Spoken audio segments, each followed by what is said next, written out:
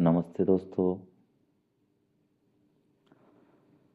हम सब लोग ईश्वर को मानते हैं और इसलिए हम मंदिर जाते हैं, तीर्थों पर जाते हैं, अलग-अलग स्थानों पर जाते हैं, पूजा करते हैं, मंत्रों का जाप करते हैं और भी बहुत सारी प्रक्रियाएं करते हैं हम, जो हमने सीखी है, ताकि हम ईश्वर को पूज सकें, ईश्वर को मान सकें और हमारी जो मनोकामना है वो हम पूरी कर सकें। ईश्वर हमारी मनोकामनाओं को पूरी कर दे, इसके लिए हम बहुत सारे प्रयास करते हैं।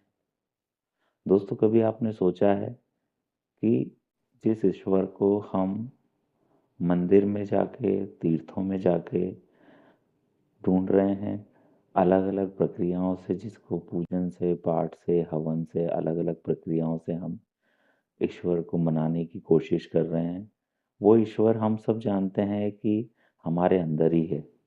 उस ईश्वर को हमें कहीं बाहर ढूंढने की बजाय हमारे अंदर ढूंढना चाहिए। दोस्तों, हमारा ईश्वर, हमारा परम पिता, जिसने इस सृष्टि की रचना की है, जिसने हमारी रचना की है, जो हमारे पूरे संसार को चला रहे हैं, जो हमारे शरीर को चला रहे हैं, जो हमारे मन को चला रहे हैं, जो हमारे आसपास के पूरे संसार का निर्माण कर रहे हैं, वो ईश्वर हमारे ही अंतर मन में है।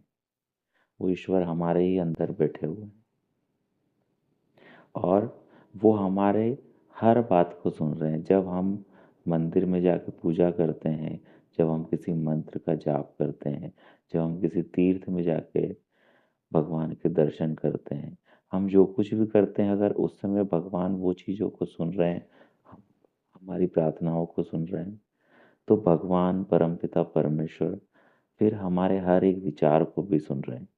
दोस्तों, हमारे परमपिता परमेश्वर हमारे अंतर मन में बैठे हुए हैं और हम जो भी सोचते हैं, हम जो भी महसूस करते हैं, वही हमारे परमपिता परमेश्वर, वही हमारे ईश्वर भी महसूस करते हैं। अगर हम लोगों से प्रेम कर रहे हैं, अपने से प्रेम कर रहे हैं, हमारे आसपास के वातावरण से प्रेम कर रहे हैं, तो हमारे ईश्वर ही उस प्रेम को कर रहे हैं। अगर हम लोगों की अच्छाई देख रहे हैं, अगर हम लोगों में अच्छे गुणों को देख रहे हैं, अगर हम लोगों की प्रशंसा कर रहे हैं, अगर हमारे चारों तरफ के वातावरण की हम प्रशंसा कर रहे हैं, अगर हम हमारे चारों तरफ के वातावरण की हर चीज़ को पसंद कर रहे हैं, उसमें जो अच्छाई मौजूद है, उस अच्छाई को पसंद कर रहे हैं, तो वो हमारे ईश्वर जो हमारे अंदर बैठे हुए हैं, वही उस चीज़ को पसंद कर रहे हैं। दोस्तों, हम जो भी विचार हमारे मन में लाते हैं, हम जो भी भावनाएं हमारे अंदर लेके आते हैं, वो सब कुछ हमारे ईश्वर सुन रहे हैं, देख रहे हैं। हमारे ईश्वर कहीं बाहर, कहीं दूसरी जगह नहीं है। हमारे ईश्वर हमारे अंदर हैं, जो हमारी जो भी भावनाएं होती हैं, हमारे जो भी विचार होते हैं, उनको वो सुन रहे होते हैं, महसूस कर रहे होते हैं। और चूंकि हमारे ईश्वर हमारे अंदर हैं, तो हम जैसा उनको देते हैं, वो वैसा ही हमको कई गुना बढ़ाकर देते जाते हैं। अगर हम हमारे ईश्वर को समृद्धि का भाव देंगे, अगर हम हमारे ईश्वर को प्रेम का भाव देंगे, अगर हम हमारे ईश्वर को आनंद का भाव देंगे, अगर हम हमारे ईश्वर को शांति का भाव देंगे, अगर हम हमारे ईश्वर को खुशी का भाव देंगे, अगर हम हमारे ईश्वर को अच्छी चीज़ें, अच्छे विचारों को देंगे, तो हमारे ईश्वर उसको कई गुना बढ़ा देंगे, क्योंकि ईश्वर कहीं बाहर नहीं है। जैसे ही हमने कोई विचार सोचा, वो हमारे ईश्वर के अंदर पहुंच गया। हमारे अंदर जो भाव उत्पन्न हुआ, वो हमारे ईश्वर के अंदर उत्पन्न हो गया। और चूंकि ईश्वर ऐसी शक्ति है, ऐसी परम चेतना है, जिसने इस पूरे संसार को बनाया है, तो जब भी हमारा कोई विचार, कोई भावना उत्पन्न होता है और ईश्वर तक पहुंचता है, तो ईश्वर उसको कई गुना बढ़ा देते हैं, उसको हजारों गुना बढ़ा देते हैं। तो हमारे ईश्वर को हम क्या दे रहे हैं, हमारे ईश्वर को हम कैसे भाव दे रहे हैं, हमारे ईश्वर से हम कैसे बात कर रहे हैं, यही हमारे संसार का निर्माण कर रहा है।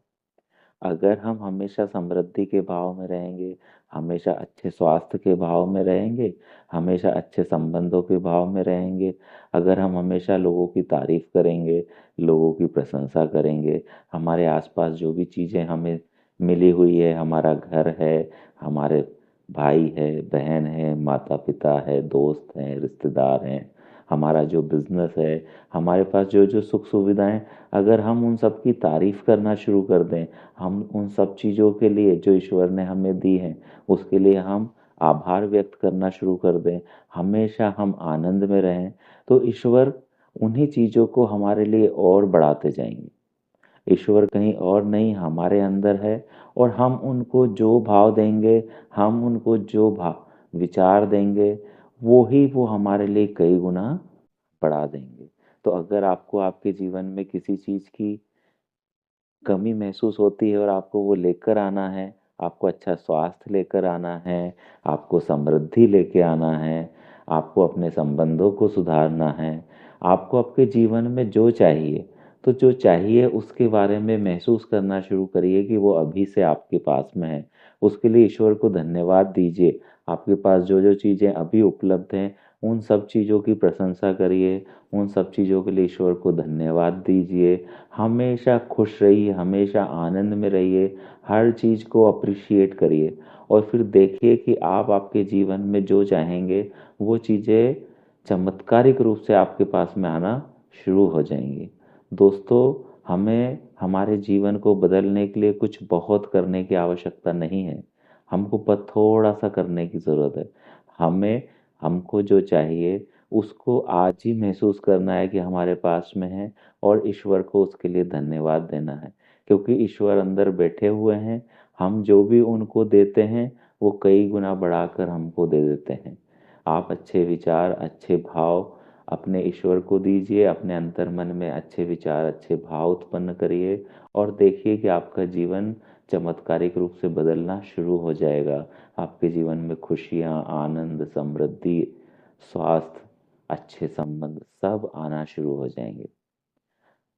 अपने ईश्वर को हमेशा धन्यवाद दीजिए कि उन्होंने आपको इतनी सारी चीज़ें दी हैं।